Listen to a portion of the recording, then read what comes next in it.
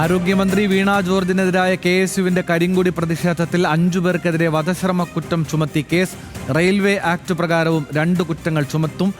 പ്രതികളെ Kannur town police railway പോലീസിന് കൈമാറും. നിഖിലുണ്ട് കണ്ണൂരിൽ നിന്ന് വിവരങ്ങളുമായി. നിഖിൽ, വധശ്രമം അടക്കമുള്ള കുറ്റങ്ങൾ ചുമത്തുന്നു. ഈ റെയിൽവേ വകുപ്പ് പ്രകാരമുള്ള കേസുകൾ എന്തൊക്കെയാണ്? എങ്ങനെയാണ് അതിന്റെ നിയമ നടപടിക്രമങ്ങൾ? ആനന്ദ്, ഏതായാലും ഇപ്പോൾ കൂടുതൽ വകുപ്പുകൾ ചുമത്തി തന്നെയാണ് ഇവർക്കെതിരെ കേസെടുത്തിരിക്കുന്നത്. അതിൽ ഏറ്റവും പ്രധാനപ്പെട്ടത് വധശ്രമ കുറ്റം തന്നെ. BNS 109(1) പ്രകാരം വധശ്രമ കുറ്റം തന്നെ 5 പേർക്കെതിരെ, 5 KSU പ്രവർത്തകർക്കെതിരെ ചുമത്തിയിരിക്കുന്നു എന്നുള്ളതാണ് പ്രധാനപ്പെട്ട കാര്യം. മറ്റൊന്ന്, നിയമവിരുദ്ധമായ സംഘം ചേരൽ, ആയുധങ്ങളുമായി സംഘം ചേരൽ, ആയുധങ്ങൾ ഉപയോഗിച്ച് പരിക്കേൽപ്പിക്കൽ, ഒപ്പം തന്നെ പൊതുപ്രവർത്തകന്റെ ഡ്യൂട്ടി തടസ്സപ്പെടുത്തൽ തുടങ്ങിയ കാര്യങ്ങൾ ആണ് ഈ വകുപ്പുകളായി ഇപ്പോൾ ഈ FIR-ൽ വന്നിരിക്കുന്നത്. ഒപ്പം റെയിൽവേ ആക്ട് പ്രകാരം 147, 145 വകുപ്പുകളാണ് ചുമത്തിയിരിക്കുന്നത്. അത് ഈ നിയമവിരുദ്ധമായി റെയിൽവേ സ്റ്റേഷനിലേക്ക് കടന്നു കയറിയത് ഉൾപ്പെടെയുള്ള വകുപ്പുകളാണ് ആ നിലയ്ക്ക് ചുമത്തിയിരിക്കുന്നത്. FIR-ൽ പറയുന്നത് ഇന്ന് 3:15 ഈ സംഭവം നടന്നത്.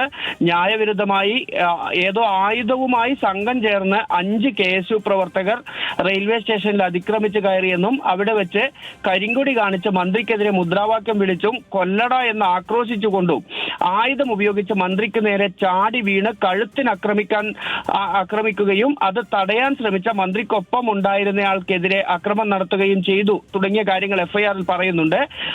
മന്ത്രി വീണ ജോർജിനൊപ്പം തന്നെ മന്ത്രിക്കൊപ്പം ഉണ്ടായിരുന്ന അഭിലാഷ് MS എന്ന വ്യക്തിക്കും പരിക്ക് പറ്റിയതായി കൂടി FIR-ൽ പറയുന്നുണ്ട്. ആ നിലയ്ക്ക് വലിയ രീതിയിൽ വലിയ വകുപ്പുകൾ ചുമത്തി തന്നെയാണ് ഇക്കാര്യത്തിൽ ഇപ്പോൾ കണ്ണൂർ റെയിൽവേ പോലീസ് കേസെടുത്തിരിക്കുന്നത്. ഇന്ന് തന്നെ നിലവിൽ കണ്ണൂർ ടൗൺ പോലീസ് ഈ സംഭവ സ്ഥലത്ത് നിന്ന് കസ്റ്റഡിയിലെടുത്ത 5 KSU പ്രവർത്തകരും ഇപ്പോൾ കണ്ണൂർ ടൗൺ സ്റ്റേഷനിലാണ് ഉള്ളത്.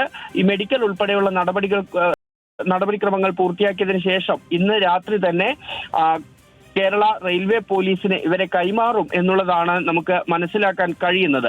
അതേസമയം മന്ത്രി വീണ ജോർജ് പരിയാരം മെഡിക്കൽ കോളേജ് ആശുപത്രിയിൽ ചികിത്സയിൽ തുടരുകയാണ്. അവിടെ MRI ഉൾപ്പെടെയുള്ള സ്കാനിംഗ് നടപടികൾ പൂർത്തിയായിട്ടുണ്ട്. അതിന്റെ റിസൾട്ട് കാത്തിരിക്കുകയാണ് ഡോക്ടർമാർ. മുഴുവൻ സമയം ഡോക്ടർമാരുടെ നിരീക്ഷണമുണ്ട്. നമുക്ക് അറിയാൻ കഴിയുന്നതനുസരിച്ച് മന്ത്രിക്ക് സാരമായ പരിക്ക് തന്നെ ഉണ്ട്.